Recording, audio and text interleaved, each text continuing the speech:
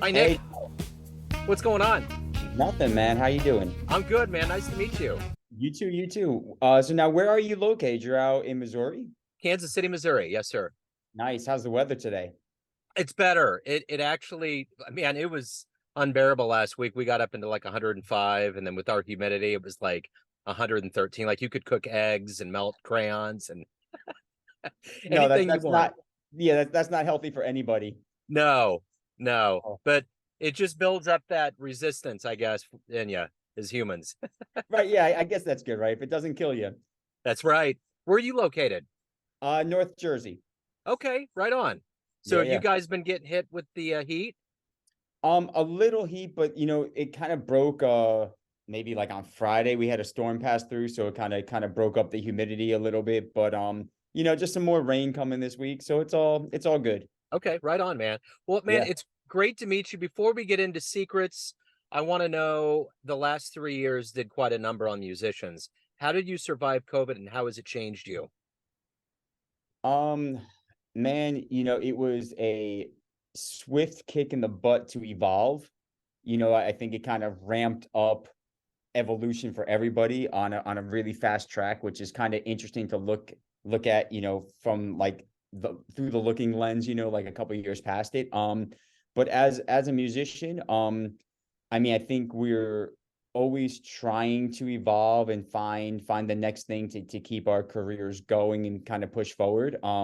I think if you're not doing that normally, it's I don't know how the staying power would be. But specifically like during the pandemic, um, believe it or not, man, I ended up starting a very short-lived uh music show, like interview type hosting show, which I called Pop Filter. And the cool thing about that, because everyone was doing online stuff, everyone was doing online shows from your basement or whatever.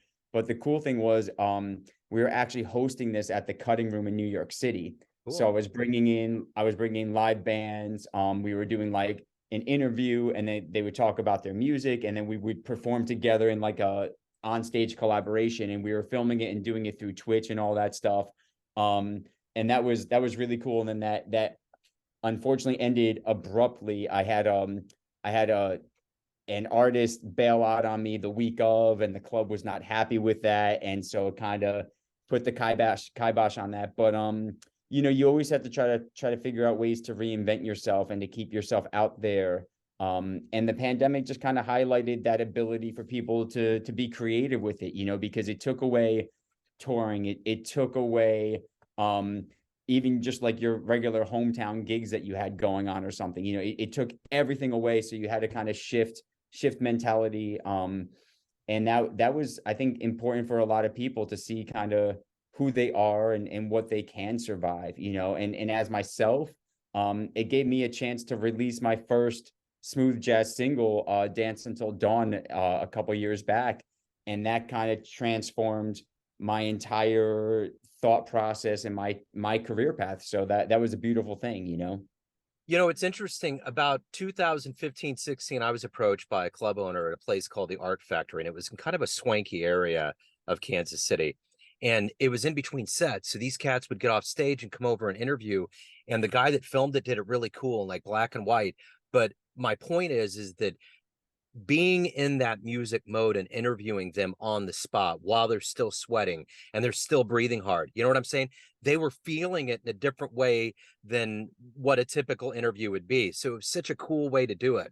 Yeah, it was it was just one of those ideas that kind of just like spur of the moment, because I don't like doing the live streams, whether it's like Instagram or Facebook, and just playing. I that's just, it's not my personality. It doesn't work for me. So I said, well, all right, how can I make this flip into what I do? And I said, well, why not host a show and try to do it at a club? And they were cool. They were really open to it, really into it. And like I said, I just had a bad experience with I a get it. guest that kind of bailed, and kind of killed it. But it's all good.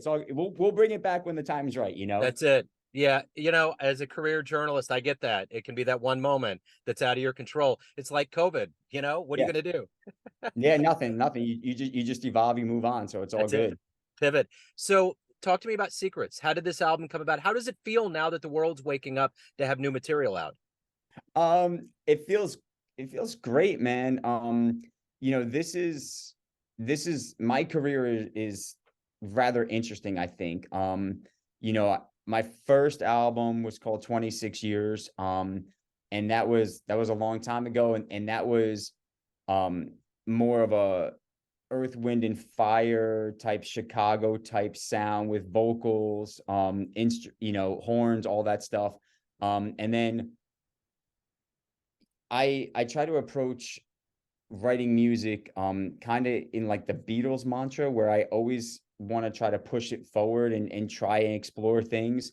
And some things don't work. I think following 26 Years was a great album called All for a Reason. I think there's some great tracks on that album. And then I did an EP called Status. And that was, believe it or not, that was like a precursor to before Justin Timberlake came out with the 2020 Experience. And I kind of felt that my writing on Status was short of what JT did on the 2020 Experience, but kind of in that same vein. Really a lot more electronic, really pushing sound envelopes, and trying to explore melody, and put it with the horn and see how I could kind of interweave that stuff.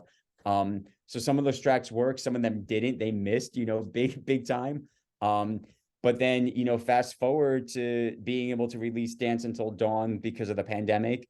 And then I said, wow, this is a totally different vein of my creativity, with it being more instrumental based and not really relying on vocals.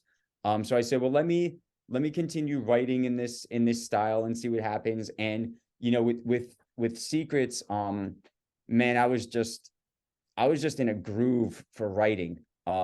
Really, really, it was just the 6 tracks on this EP are just stellar. And so I'm doing a whole bunch of single releases before Secrets comes out, because I don't think there's a track on it that doesn't deserve to be released as a single and get that attention.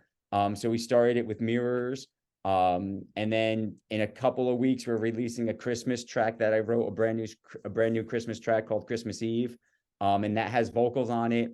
And then we're going to release another instrumental track in January, and then possibly one more in like April, and then the full EP in May. And again, I just feel so strongly about each song that I kind of want them to have their own moment in time. Because the writing to me is just it was one of those moments, kind of like Quincy Jones and MJ. Everything feels right to me. So it's special, man. And the title Secrets, I think that just kind of plays from like, this has been inside me for a long time. So it's kind of been my secret. So now it's just like time to share it, the right time. So talk to me about how this journey into the music began for you. Who were early influences, kind of where you were born and raised? How did it begin? Sure. So, I was really blessed in my family to grow up with music. And, out by me in Jersey, typically you start music education in 4th grade. And so for a lot of kids, it's, are you going to do music? That's the question. But for me, it was, what instrument are you playing? It wasn't a question if I was going to do band in 4th grade. It was, what are you going to do? And I was blessed in 4th and 5th grade as a young student. I had a phenomenal music teacher by the name of J. Chuck Sastre, who was an upright bassist, studied with Eddie Gomez down in Florida. Really, really inspiring teacher. And to have him as your first teacher, your first experience in music, and you kind of just saw his love and his passion come through. That kind of really caught me, and then again, like my whole family was in music growing up. So my dad played guitar, he sings. Actually, I just was in the studio last week with him recording some of his originals. I brought my band in, and we did a bunch of his songs for an EP that he's going to do. So that was really exciting. So, growing up, we were around music, full time. And, my dad was a huge Beatles fan. So I grew up on the Beatles, grew up in the classic rock era.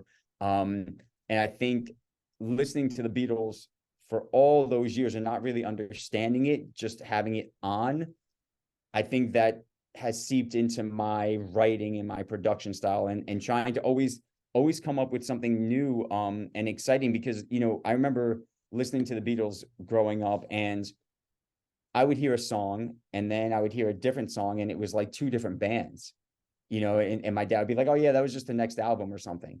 And I'd be like, what? Like they're so unique from track to track. And I think that kind of caught my ear early on. And I said, well, all right, if I'm gonna do this, how do I kind of implore this into what I do?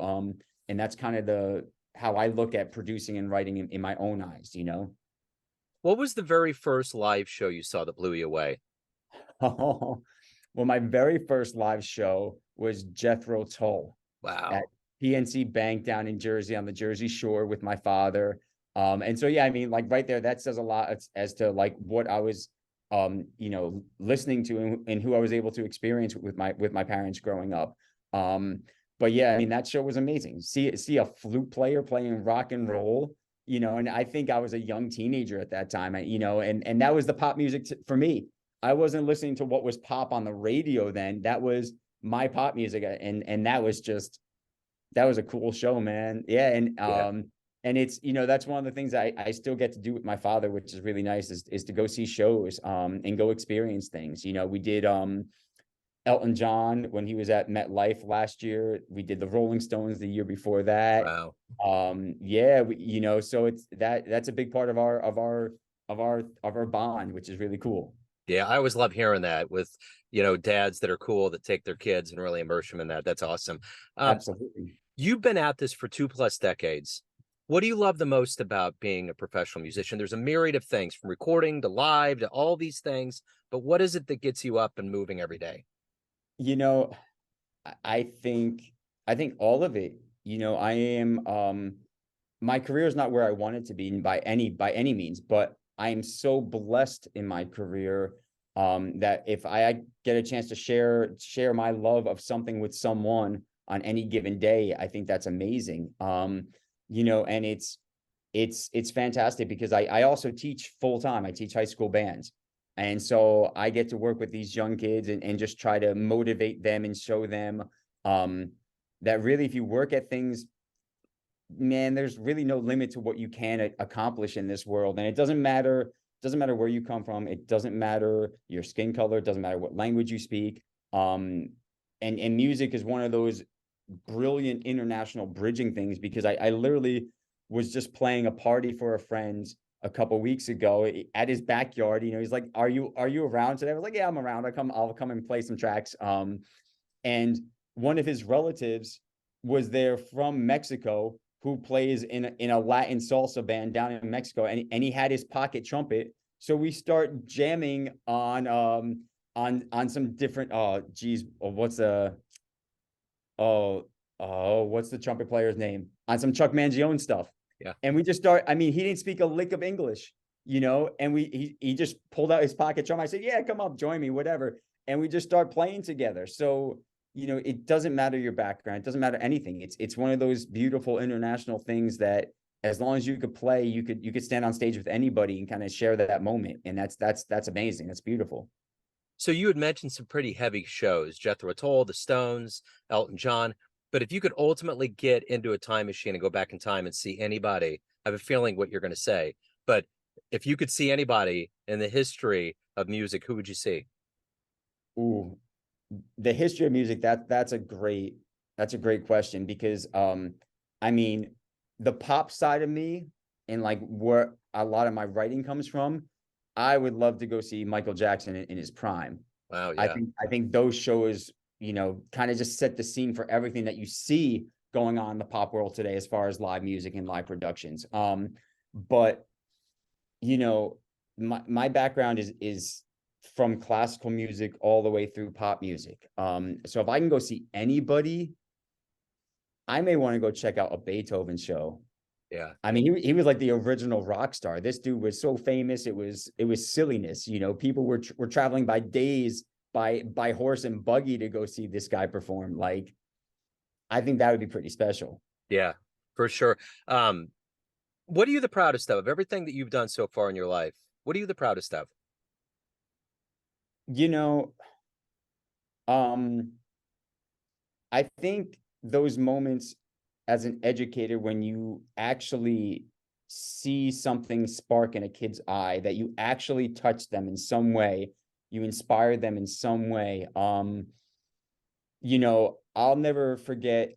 So when I was actually teaching for a while in my hometown in Wayne, New Jersey, like right out of college, and I had a chance to work with a special needs class, and we were just doing like some just super basic percussion, right? Give them like a shaker and have them experience something that they haven't experienced, because they don't get that, they're special needs and they're dealing with a lot of other things. And that experience actually led me to fund my nonprofit music festival, but called the Promise Music Festival. And pre-pandemic, we were slowly getting the ball rolling with this, man. I was teamed up with CHOP, the Children's Hospital of Philadelphia, and we were producing a live festival every year that was benefiting them. And then the pandemic came, shut down everything. And so now I'm trying to again figure out a way to get that back off the ground, because I think that's just something really special, man, that we could just help people and do it through music and help those that are in most need. That's a beautiful thing. It's cool playing shows and going out and doing all this stuff. But if I could take what I'm blessed with to help people, I think that's the next level. I think, for me, I think that's where it's at. I really appreciate that. My son's on the autism spectrum. He's 18. So I've been in the special needs community for a long time. And he got sick a few years ago and was in the hospital. And I did an interview with the percussionist, Emmondon Rivera, and he came up with this ball, a percussion, and there was all these beads in it. And he sent Okay. him one, and he's really enjoyed it. It's almost kind of like this idea of rain, but there's just this great sound that comes out of it. And Yeah. it just wakes him up, man. It's great. That's awesome, man. It's therapeutic, and it's and a bunch of those kids were nonverbal. Yeah. So it literally gave them a voice, like, and people would pay attention. And they were actually able, I had a couple of them like perform on a winter concert and then a spring concert, and that was like, man, it was awesome. And you know what? It was like fourth and fifth grade bands. So the band messed up. Who cares? This Yeah. was just a beautiful experience, and those kids, I still get like emails once in a while from the parents, like just checking in, I'm like, why are you checking in on me? I should be checking in on you guys, so that's just really sweet, man. Those are the moments. Those are the moments. Yeah, I do a lot of Special Olympics events, and they just don't get hung up on what the neurotypicals do.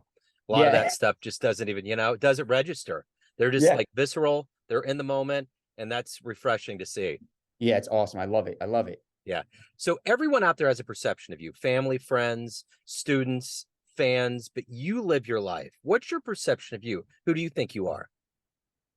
Ooh, um, you know, I think I'm just a hard worker that has scratched and clawed for everything I've accomplished, if I could use that word, in my life, in my career. And that goes from, you know, paying for undergrad, paying for grad school, releasing music, and doing it all on my own, which is the coolest thing. I am so not into this handout society that we have, this like GoFundMe. Well, go get a job and fund yourself, and you may not be able to go on vacation that year if it's that special to you, but work, save, and then do what you want to do with it. This handout thing is I don't know, man. It's I it's know. not cool. It's not cool with me. No, I agree. Totally agree. So if anyone wants to get secrets, learn more about live shows, anything about your world, where can they go? NickStefanacciMusic.com.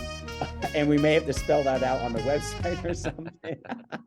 There's a bunch of syllables, maybe a silent 7 in there or something. I don't know.